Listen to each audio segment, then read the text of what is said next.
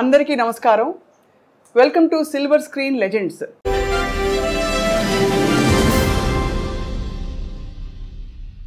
ఇవాళ మాట్లాడబోయే లెజెండ్ ప్రతి భాషలో దాదాపు చాలా రకాల పాత్రల్లో విలన్గా, క్యారెక్టర్ ఆర్టిస్ట్గా, ఇంకా హాస్య నటుడిగా అందరినీ అలరించిన మహానుభావులు.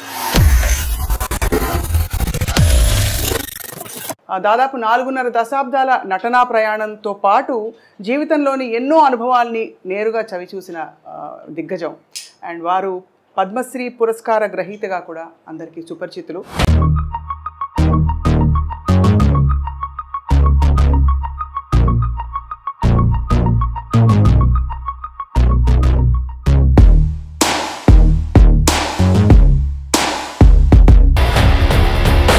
బుల్లితెరపై, అలాగే వెండితెరపై హిందీ, తెలుగు, కన్నడ, తమిళ ఇత్యాది భాషలన్నింటిలో కూడా అలరించి ఇప్పుడు 81 వసంతాలు పూర్తి చేసుకుంటున్న ఈ సమయంలో వారిని పలకరించడం మనందరికీ అదృష్టం.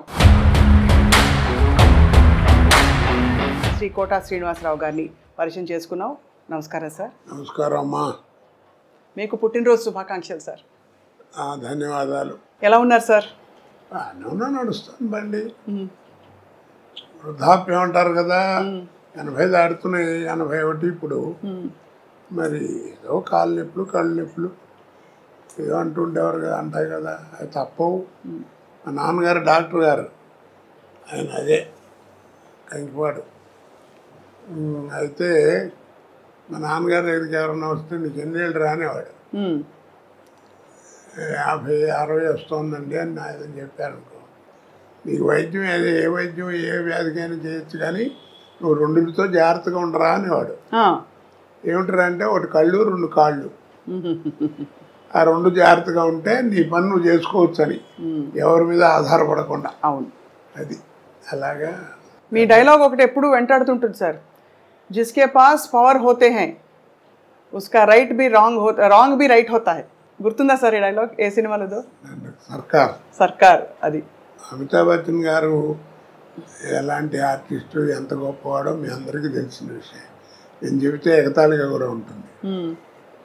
అలాంటి ఆయనతో యాక్ట్ చేయడం అనేది సహజంగా ఎవరికైనా అదృష్టమే.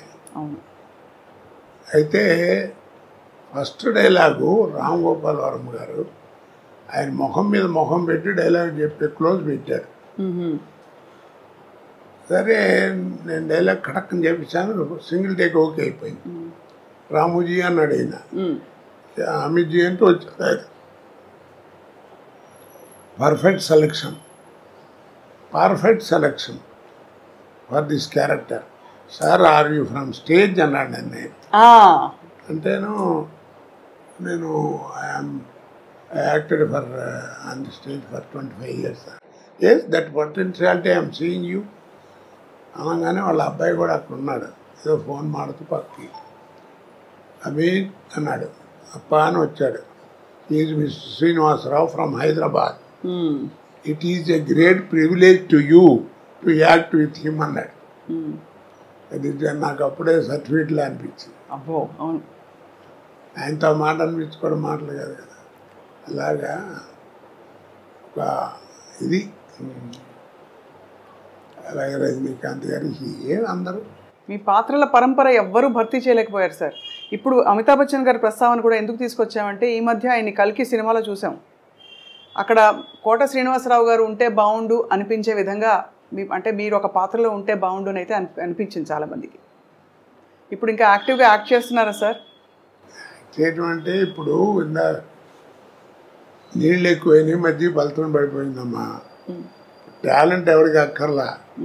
ఇప్పుడు హీరో అని అప్పుడంటే ఆ రోజుల్లో టాలెంట్ ఉన్న వాళ్ళే తక్కువగా ఉండేవారు, జాగ్రత్త గట్టిగా పట్టుకుని వాళ్ళే స్థానం పట్టేవారు. ఇప్పుడు ఏమిటంటే హీరో అంటే 40 మంది 50 మంది ఉన్నారు, కమెడియన్స్ ఎంతమంది ఉన్నారో ఎవరికి తెలియదు. అలాగా ఎవరిని చెప్పలేకపోతున్నాం. ఒక పద్ధతి పాడు ఏం కనపట్లా. ఇప్పుడు సినిమా ఎక్కడ లేదు, అంతా సర్కస్. పేతా సాంగ్స్ కూడా డాన్స్ చేస్తున్నారు. ఇక్కడ సర్కస్ చూడలేక భయపడి మన ఫుడ్ కూడా పోద్దని జమిని సర్కస్ కూడా మూసిచ్చారు. అలా తయారైపోయింది. ఆ క్వాలిటీ అవి పోయినాయి, ఆ కథలు పోయినాయి, అవన్నీ పోయినాయి.